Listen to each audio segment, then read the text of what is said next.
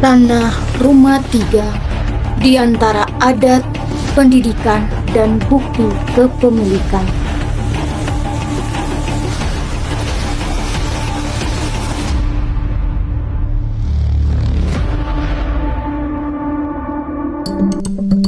Namun, di balik semua kemajuan ini, tersimpan persoalan lama tentang siapa sebenarnya pemilik sah tanah tempat ilmu itu.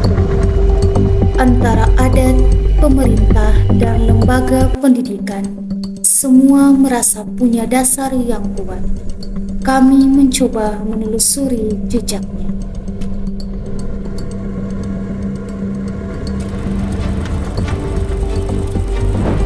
Komisi 1 DPRD Maluku telah memanggil sejumlah pihak untuk menuntaskan persoalan tanah di kawasan Rumah Tiga. Namun hingga kini belum ada yang bisa menjelaskan sepenuhnya siapa yang berhak atas tanah tersebut.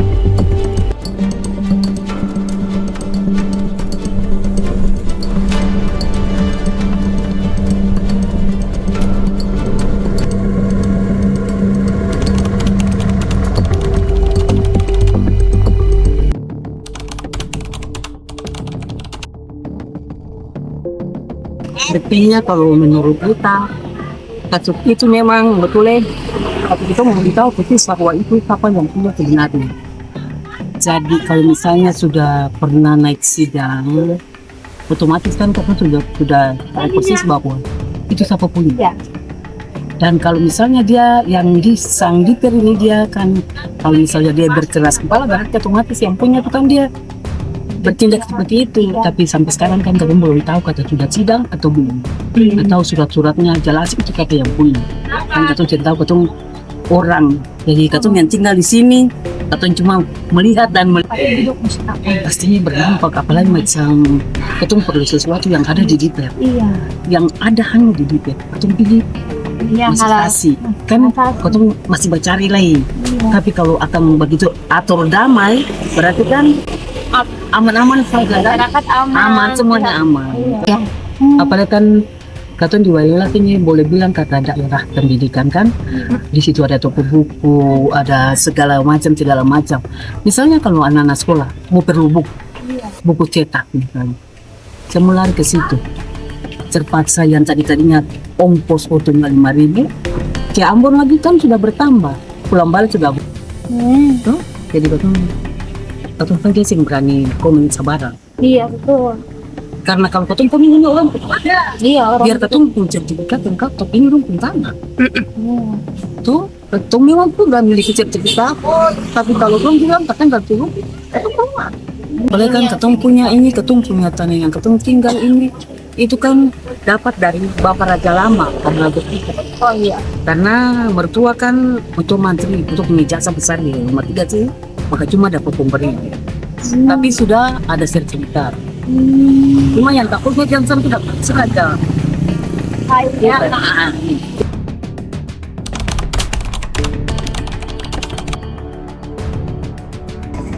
Jadi katong masyarakat di sini rasa ya kayak katong mau keperluan mendadak begitu kan di sini DPR yang lebih ini tuh.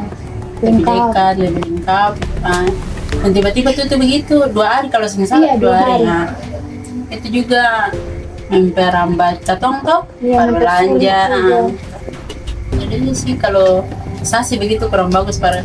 Iya memang. Semoga yang terulang lagi sih. Ada itu. Aku pengharapan paling besar ya katong hasilnya katong belanja di situ tiap hari tuh keperluan ketong di situ. Jadi harapan cuma semoga hal itu jangan terulang lagi. Itu saja sih. Dari sudut pandang masyarakat mengatakan bahwa isu ini berpengaruh dan mereka berharap isu ini tidak akan terjadi kembali. Jadi sebelum masuk ke situ mungkin ketong betul perlu kasih gambaran sedikit terkait dengan kedudukan hukum adat dan yang ketemu biasa kenal hukum positif ya. Hukum positif ini undang-undang dan lain sebagainya, peraturan yang berlaku yang ketemu pakai. Nah, hukum positif itu dia berada di atas. Hukum adat itu istilahnya dia itu hanya sebagai pelengkap untuk karena negara Indonesia ini menghargai hak-hak adat istiadat yang berlaku di wilayah NKRI ini. Nah, cuma kalau dalam satu proses terjadi ada benturan hukum adat dengan hukum positif ya, katanya istilahkan hukum positif ya sudah pasti selagi seng bertentangan maka bisa tuh berseiring sejalan. Tapi kalau bertentangan maka sudah pasti hukum positif digunakan. Gitu. Nah, untuk kalau di sini sendiri yang kita bilang tadi karena tanah-tanah sebagian besar ini sudah diambil alih milik pribadi. Jadi sehingga orang juga proses sudah pakai hukum positif ya.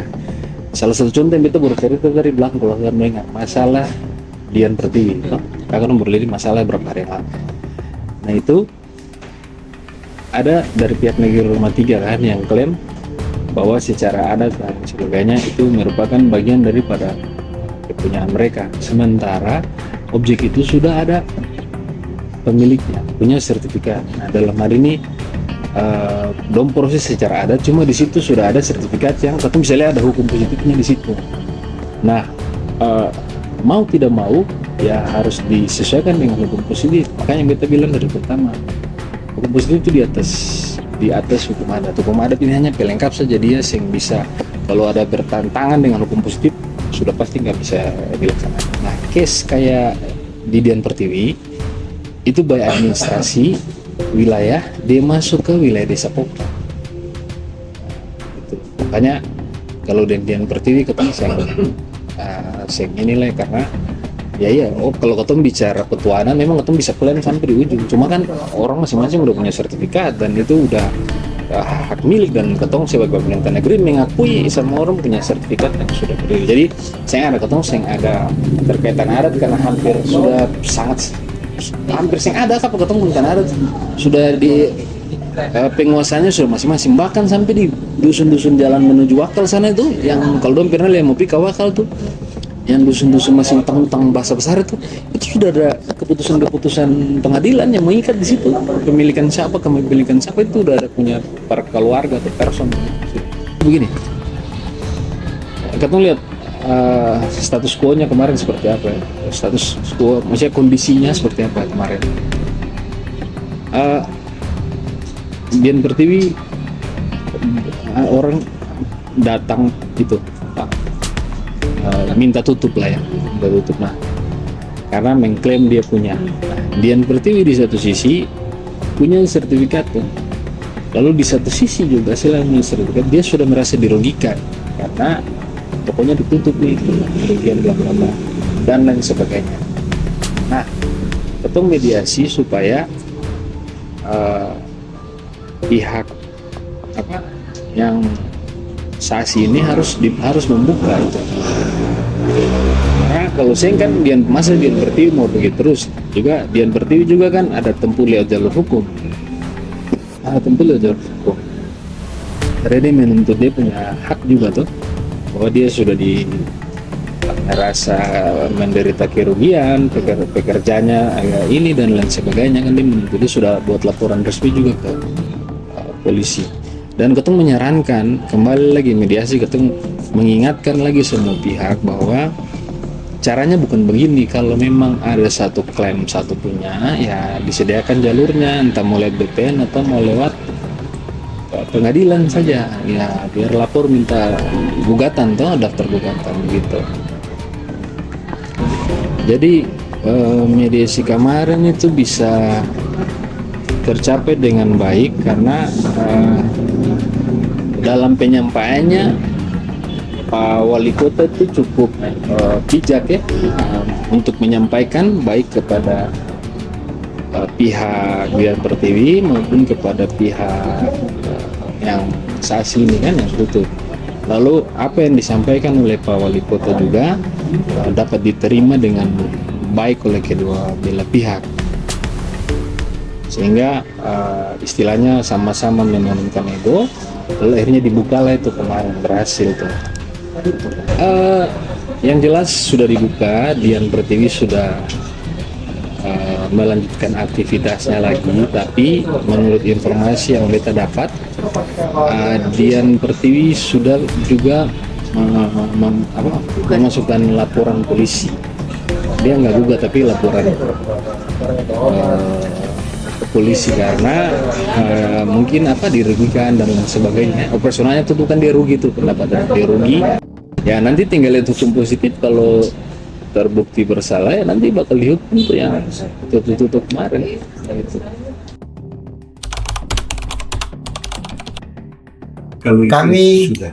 Kami kemarin sudah bersama-sama dengan rektor, kami duduk bercerita. Jadi dari keluarga dipanggil rektor, kan adik saya juga dosen di pertanian, jurusan kehutanan, dia doktor. Lalu kemudian kita sudah ngomong baik-baik. Jadi ngomong baik-baik itu dalam artian bahwa tidak ada masalah lah. Nanti selanjutnya seperti apa, tapi yang penting kita sudah ngomong. Gitu. Ekendom ini karena pada masa penjajahan kolonial Belanda itu, lalu mereka menguasai katakan lahan-lahan harus didaftarkan ya, artinya penguasaan secara pembilang penjajah gitu kan, menguasai fisik sampai. Jadi untungnya kita masyarakat di Pulau Ambon itu ketika pendudukan Inggris, ya Inggris itu masuk pendudukan di wilayah Hindia Belanda dari 1810 cuma sampai 1816. Kalau di Maluku memang dia balik sampai 18 itu Raffles itu ya, di Batavia dulu Raffles, lalu pindah ke Bengkulu. Tapi ketika Inggris menduduki wilayah Hindia Belanda itu, karena dia tahu bahwa Belanda ini punya sistem monopoli, sehingga ketika dia berada di Ambon, dia panggil penduduk asing yang punya hak dati itu, tanah daftar. Jadi itulah registrasi di tahun 1814 itu dati. Itu pada zaman itu pendudukan Inggris wilayah Hindia Belanda 1814 daftar di Ambon. Jadi kalau bilang dati, pemilik dati ini cuma Ambon dan Lhasa. Dan sebagian ada Pulsen. Tidak semua Ambon Lhasa. Jadi ketika Inggris sudah keluar di tahun 1816, kan Belanda mau kembali, dia tidak bisa monopoli lagi sebab hak-hak itu sudah terdaftar pemilik pribumi. Dia punya hak itu yang diambil. Nanti ketika Belanda menduduki wilayah kembali Hindia Belanda, dia pakai lagi sistem yang sama, yang terjadilah pemberontakan di Lhasa 1817 bawah pimpinan Thomas Matrice. Itu sebab dan akibat yang tadi kekuasaan Belanda terjadilah. Jadi memang kalau lihat sejarah ini, ya kita ini diuntungkan dari penjajahan Inggris menduduki wilayah Hindia Belanda. Inggris ini dia tidak sistem menguasai monopoli, dia harus kerjasama orang hak dari hak asasi itu dikedepankan. Itu masih Inggris. Akan pemerintah Belanda dikasih perponding nomor-nomor pajaknya, semua sudah. Sampai di sini sudah ada, sampai di Poka ada, sampai di kampusmu ada, sampai di pantai ada, sampai di Wayame ada, nomor-nomornya itu, sampai di Pertamina ada, di Kota Jawa ada juga. Semua itu telah dikasih nomor-nomor pajak oleh pemerintah Belanda yang disebut perponding. Lalu kemudian dia nanti bilang ekendom perponding. Padahal bukan ekendom, itu perponding doang. Cuma karena kebiasaan ngomong ekendom perponding, maka mereka sampaikan ekendom perponding. Nah, kalau ekendom perponding itu mesti ada seperti yang dijelaskan tadi, bahwa harus didaftarkan di notaris untuk dibuat akte kepemilikan dari Ekendom Perponding itu.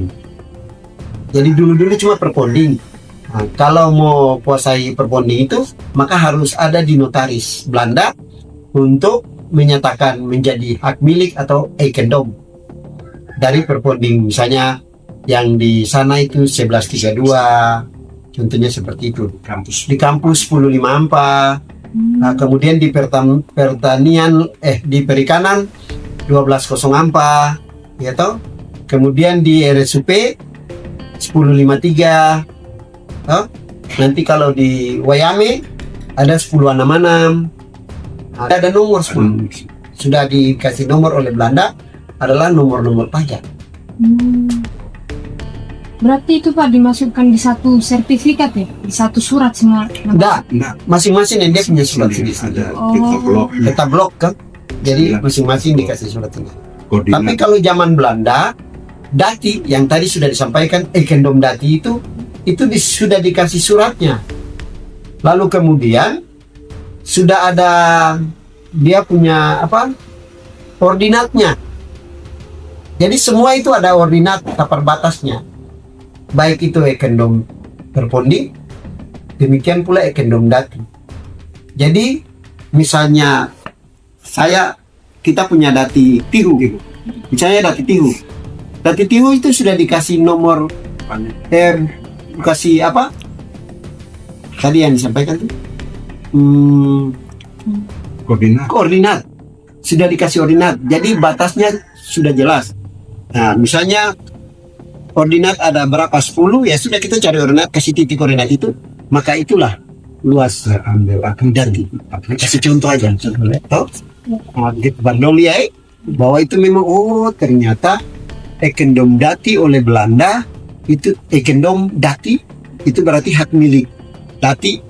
Kami oleh Belanda sudah dipetakan karena sudah ada dia punya ordinatnya, tapal-tapal batas itu ordinatnya ada. Nah begitu. Berarti kira-kira Pak yang nomor-nomor pajak tadi itu dipegang oleh satu orang, misalnya kayak pemilik marga asli di sini atau bagaimana? Iya, pasti. Berarti Bapak yang pegang sendiri? Iya, benar. Benar sekali. Kita ini lahir dengan pulau ini. Negeri yang luas lahir dengan pulau. kita punya itu ada koordinatnya. Ini ada contohnya Iya. Contoh. Ini Ekendom Dati ya. Dari dalam Belanda. Iyalah. Ini tuh Ekendom Datinya. Dia punya. Ini Ekendom Datinya. Sudah sangat lama ya Pak? Iya, sangat lama lah. Ya, 18 tapi ini di Pertama ini. 19 didaftar lagi di 1922. 1922. Ini dijadikan hak milik Hak milik. 1922. Banyak Ini. kan, Bang? Ini datinya yang sudah ada dia punya koordinat-koordinatnya. Toh? Itu semua Ini. wilayah rumah 3 ya Pak? Itu Iya, ini kan termasuk ada dari ini Tanjung. Pungga sampai dengan Welela sini. Tanjung. Dari Pungga Ini sampai Tanjung. Welela Ya. yang Nah, koordinat. koordinatnya sudah ada oleh Belanda, sudah ada. Mulai ordinatnya. Nah, ini dokumennya ini notaris Belanda. Nah, itu. Nah, tidak tahu? Ini notaris Belanda. Oh yang tadi bilang. Nah, ini bentuknya sudah ada semua. Nah, seperti ini. Ini sudah ada dia punya Jadi ordinat di sini, ordinat berapa itu sudah ada ordinat. hak milik. Tapi kok Indonesia merdeka Nah, orang menempati oh kita iya. punya hak. Ini sudah ada ordinat. Mereka pas merampok Ini lihat. itu anggap saya merampok. Ini apa? Kita ini pribumi. Ini Kita dijamin negara merdeka Undang-Undang Dasar 1945 18B itu menyatakan Nah, hak nah, lihat. ada. Ini kita punya persoalan dengan Kita apa tadi? orang tua kita kan bodoh. Di Pertu. Kita ini semua sekolah baru Punya- bisa Nah, memahami. ini dia punya. Kita punya hak. Lihat nih. Ini apa? Dia punya ordinat ini. Ini Belanda sudah taruh ordinatnya. Jadi bukannya sama. Jadi- Orang banyak bikin template. Nah, itu. Ini ordinat ini. Dia Ini punya Belanda taruh ordinatnya. kronnya, kron Belanda ya. Ini fotokopi dari aslinya. Ada aslinya. Hah? Ada arsip di Mana belakang. ini? Ada aslinya. Jadi ini fotokopi dari aslinya. 1889. 1989. Nah, itu ordinatnya tadi ya ini. Nah, ketika ordinat itu dipasang, ya sudah dapat gambar yang tadi. Ini Dia punya koordinat jelas semua nih.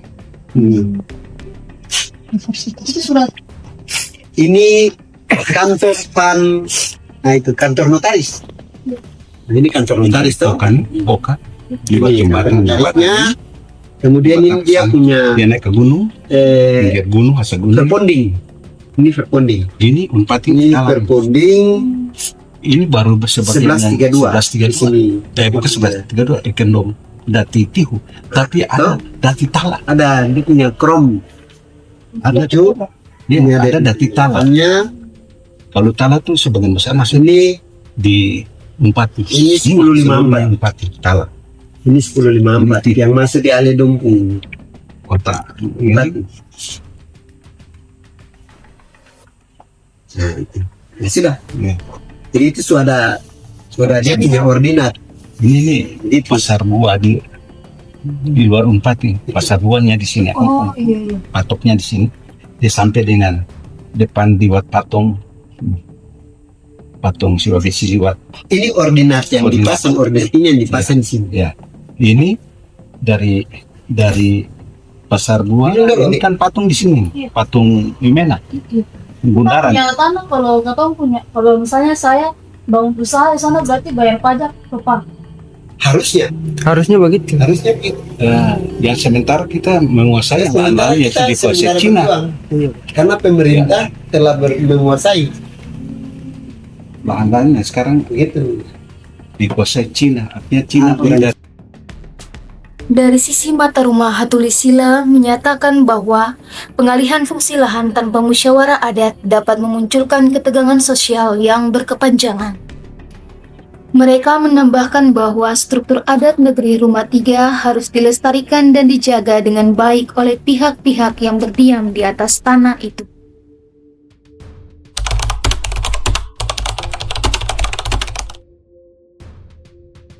Kita ada dalam proses-proses, tetap ada pembaruan. Sekarang ini juga proses untuk pembuatan sertifikat, karena yang tadi kita sampaikan ada sebagian tanah yang belum bersertifikat hanya berdasarkan alas hak, bukti pembelian. Itu yang dilaksanakan oleh pimpinan-pimpinan Unpati terdahulu, sehingga kita mesti berproses lebih lanjut, baik mulai dari awal dari pemerintahan yang terkecil yaitu desa sampai ke pertanah. Kalau mau bilang isu sengketa tanah, kita sih tidak bersengketa, tapi win-win solution. Tapi yang menyatakan bahwa mempunyai tanah itu bukan klien pribadi atau sekelompok orang, harus dengan pengadilan. Nah, lebih khusus pengadilan perdata. Nah, itu baru menyatakan bahwa mengklaim bahwa itu dia punya tanah atau tidak. Walaupun dari ya dengan isu itu mereka berdasarkan ada surat dari zaman Belanda lah, bahasanya seperti begitu. Tapi kan disampaikan itu perlu pokoknya menyatakan kepemilikan tanah yang sah itu kan pihak hukum pengadilan. Betul. Kan gitu tak? Nah, jadi kalau mau mengklaim ya kita bisa, karena Unpati yang beta sempat sampaikan, Unpati mendapat proses tanah ini mungkin dari tahun 60-an dan 80-an. Sedangkan klaim dari Hatulisila itu tahun 1867 atau 1911. Jadi jauh sebelum Unpati. Nah, jadi itu masalah pembuktiannya lain cerita, kan begitu tak? Sementara itu, pihak Universitas Patimura menyatakan bahwa lahan yang ditempati kampus telah melalui proses administrasi yang sah secara hukum. Namun, pihak universitas juga menyadari perlunya dialog terbuka agar tidak terjadi kesalahpahaman dengan masyarakat adat.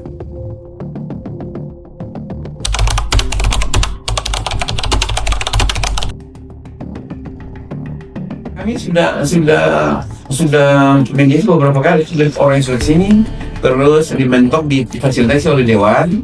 kan di Dewan itu memfasilitasi untuk kita pertemuan, tapi nggak dapat titik temu.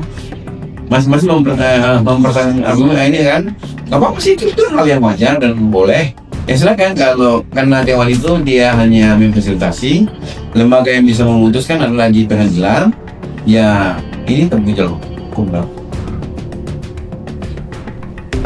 Apa yang menyatakan wah ini punya saya, bagaimana cara membuktikan itu tempuh jalur hukum pengadilan. Nanti kan di pengadilan yang bisa membuktikan itu. Jadi tidak bisa lagi kita ini, nggak bisa. Kita ini pengadilan karena ini sudah masuk ke, tinggal dia kayak mau merasa memiliki, dia punya bukti ya sudah.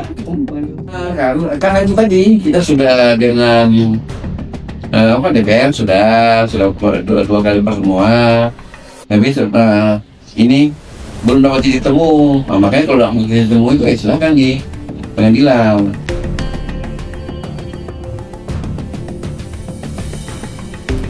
Dari pihak Badan Pertanahan Nasional Maluku dijelaskan bahwa proses penetapan hak atas tanah memerlukan bukti kepemilikan yang sah dan terdaftar.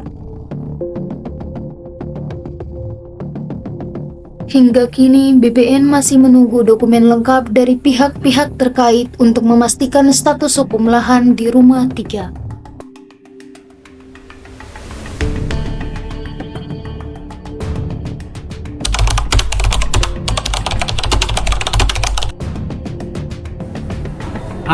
Memang Papit sempat lihat dong ada pasang ya tanda larangan masuk ya, setelah Papit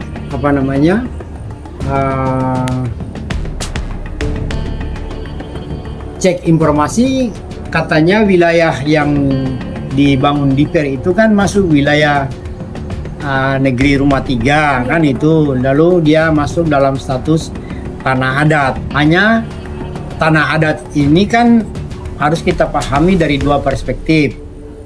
Bisa tanah adat itu milik negeri, milik negeri, maupun tanah adat itu milik marga. Dari apa yang dilakukan kemarin itu kan sebenarnya itu adalah klaim yang dilakukan oleh mata rumah Hatulesila. Hatulesila kan itu, Hatulesila itu kan farm atau marga. Dan mereka merupakan salah satu SOA di Rumah 3. Mereka kan masuk SOA Haubaga kan itu. Kalau memang status kepemilikan itu dia punya bukti-bukti yang otentik berkaitan dengan kepemilikan tanah adat milik SOA misalnya, berarti itu kan dia menjadi hak penuh daripada marga Hatulesila di negeri Rumah 3. Kan itu menurut Papit ya. Yang saya tidak tahu bagaimana kok jadi tempat itu kemudian kan dimiliki oleh Diper kan itu. Diper kan tidak mungkin membangun tanpa ada persetujuan ya, tanpa memiliki kepemilikan yang jelas. Nah, karena itu yang harus kita telusuri itu adalah bagaimana status kepemilikan tanah itu dia berpindah tangan. Dari SOA Hatulesila, SOA Haubaga itu ke pemilik Diper itu. Nah, itu yang Papi tidak bisa kasih komentar. Karena pasti ada yang menjualnya. Apakah yang menjualnya itu masih ada hubungan dengan kepemilikan asli mata rumah Hatulesila atau tidak? Tapi kalau status tanah adat, ya itu dia status tanah adat karena dia ada dalam Petuanan Negeri Rumah 3. Hanya kepemilikan yang tadi yang Papit bilang tuh, apakah memang itu dia masuk dalam kepemilikan SOA Haubaga secara penuh lalu kemudian dia beralih tangan ke Diper, itu prosesnya seperti apa itu yang Papit tidak tahu. Karena itu mungkin ketika kalian mau tulis ini mesti telusuri. Bagaimana status kepemilikan itu dia berpindah tangan kan gitu. Siap, kalau tidak ada hak guna bangunan kan tidak bisa daerah itu kan dibangun. Kan gitu. Nah, karena ada status kepemilikan itu sudah berpindah tangan dengan dokumen yang memang dapat dipertanggungjawabkan, Diper boleh membangun karena itu dia merangkap dia sudah miliki kan gitu. prosesnya ini mungkin ya Jadi harus prosesnya itu, dilihat. nah itu coba dorang telusuri dengan baik dulu. Ini proses berpindah tangannya itu, status tanah itu. Apakah memang dia dijual ataukah dia di apa? Dia di apa namanya diberikan? Kita tidak tahu persis. Kita tidak tahu persis. Padahal kan sebenarnya daerah itu juga kan masih adalah berdekatan dengan lingkungan Unpati kan itu. Iya, masih iya. Unpati. Kan sangat lucu itu kan itu. Apakah sepotong tempat itu kemudian menjadi kepemilikan orang tertentu? Apakah memang ada bukti penjualannya sehingga Unpati juga tidak bisa mengklaim masuk di situ kan itu? Nah, gitu. Tapi menurut saya itu problemnya di situ. Nanti siapa namanya nih? Farida, Pak. Ida coba telusuri bagaimana proses kepemilikan itu secara awal seperti yang Bapak jelaskan. Iya. Lalu dia berpindah itu. Iya, Dia berpindah tangan, iya, dia berpindah tangan ke kepemilikan itu bagaimana? itu bagaimana itu? Kalau itu bisa ditelusuri, baru dapat tahu bahwa itu status sekarang tuh yang punya siapa. Nah, gitu. Jadi, Katanya juga Unpati termasuk juga ya, Pak? iya, itu yang saya Unpati bilang. juga Karena dia termasuk. kan ada berbatas dengan Universitas Patimura kan. Nah, jadi lucu kan itu. Iya. Nah, dia ada di dalam lingkungan sekitar Unpati, tapi kok di situ diperboleh membangun kan gitu. Nah, dia membangun dengan pasti dia punya bukti. Nah, dia punya bukti ini yang kita tidak tahu bagaimana dia peroleh itu. Mungkin pernah dibeli dari siapa. Jadi proses berpindah tangannya itu yang mungkin Ida dong mesti telusuri, no? Telusuri. Iya. Dan itu pernah diwawancara ke Diper enggak itu? Itu belum, tapi teman-teman yang lain ada turun di pemerintah negeri. Pemerintah negeri. Iya, Ya. pemerintah negeri Rumah Tinggal Pak. Tanya soal itu, cuman kan bagi tugas kami itu carinya beberapa narasumber Ya. pendapat dari Pak Pit akademisi ini kayak gimana. kamu tanya Pak Pit tidak salah karena Pak Pit itu pernah menjadi tim dari universitas itu menyusun mata rumah perintah negeri Rumah 3. Jadi saya tahu, makanya nama SUA itu pun juga saya tahu kan itu karena itu. Nah, yang saya tidak tahu itu proses berpindahnya itu, berpindah tangan kepemilikannya itu. Nah itu paling tidak Ida dong harus telusuri, ya harus telusuri ke Diper sehingga bisa mendapat jawaban yang pasti bahwa mereka bangun itu dengan dasar apa? Ya Nyong. Berarti menurut Pak kalau misal kami nih sebagai mahasiswa tanya soal tanah itu sasi tanah itu di Diper tuh sensitif seng Pak? Oh tidak. Katong hanya karena katong untuk mengecek status kepemilikan itu kan sehingga nanti kan masalah ini kan bisa ditangani, ditelusuri dan bisa diselesaikan secara baik kan itu kan bangunan sudah berdiri, aktivitas masyarakat itu sudah jalan. Nah tiba-tiba kalau ditutup, dilarang atau dibongkar misalnya, lah yang tanggung jawab siapa kan itu.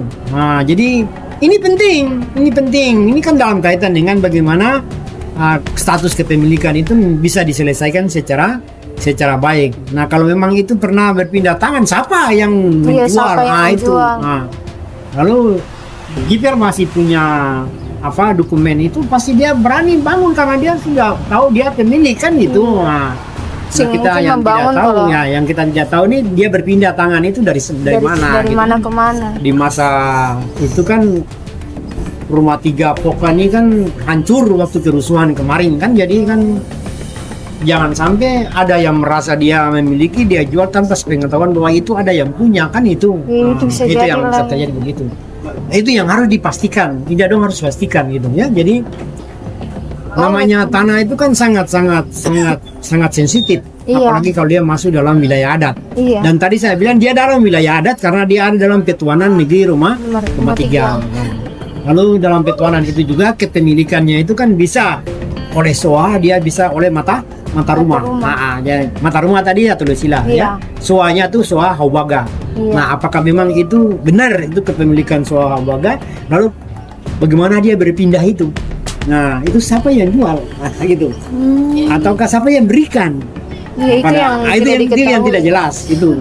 Kalau pandangan Pak itu yang katanya ada isu universitas, kalau ketemu universitas ini termasuk juga tanah Rumah 3, katanya dari Diper sampai di Wayami itu Katanya nanti kena sanksi kayak itu seng Unpati seng termasuk atau Unpati termasuk juga? Kalau Unpati ini kan pasti tidak akan kena sanksi kan, itu kan dia kan lembaga pemerintah dan memang penyelesaian batas-batas dari Unpati kan sudah dilakukan secara sistematis.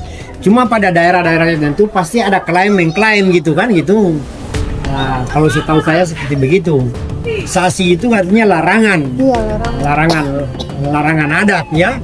Jadi ketika ada sengketa gitu, masyarakat adat bisa mengklaim itu dengan melakukan larangan adat atau yang kita kenal dengan sanksi. Berarti Unpati sing termasuk Oh, karena Unpati wilayah tidak akan pemerintah. termasuk. Iya. Dia tidak akan termasuk menurut saya. Yang dipermasalahkan itu kan hanya Diper. Nah, hanya itu yang tadi saya bilang. Diper ini juga dia berbatas bersebelahan dengan Unpati, kok tiba-tiba di situ kok ada Diper iya. gitu. Nah, gitu kan itu. Nah, apakah memang mereka memiliki tempat itu jauh sebelum kampus Unpati ini ada atau bagaimana gitu. Nah, itu yang saya tidak bisa menjelaskan itu. Nah, itu harus Idadon telusuri itu dari Diper, dari pihak Diper. Berarti kita harus tanya ke pihak Diper lagi, harus Pak.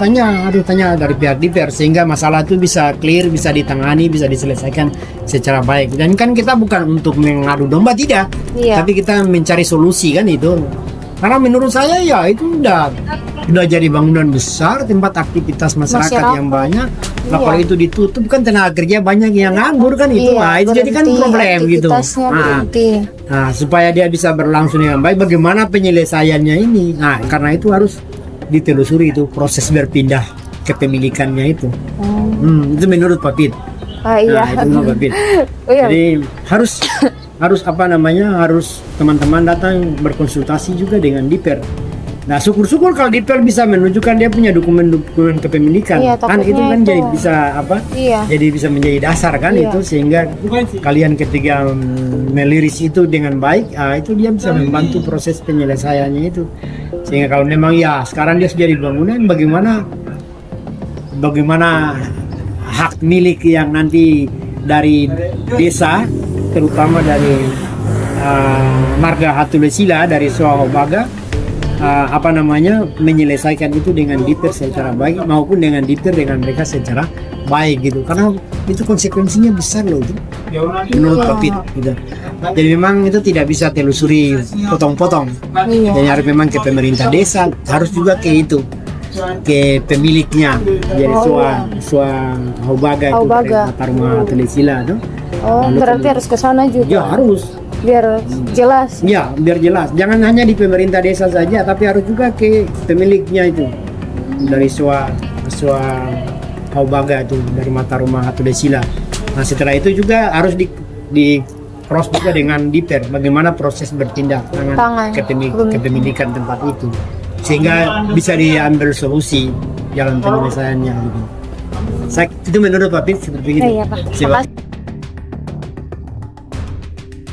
Menurut pandangan akademisi hukum, kasus ini menjadi cerminan pentingnya sinkronisasi antara hukum adat dan hukum positif. Sehingga diperlukan adanya mediasi, bukan konfrontasi, agar hak-hak adat tetap dihormati tanpa menghambat kepentingan pihak-pihak tertentu. Dari tanah inilah ilmu dan sejarah berpijak. Rumah Tiga menjadi saksi bahwa berbagai kepentingan dan adat tidak harus berlawanan, melainkan bisa berdampingan dalam harmoni.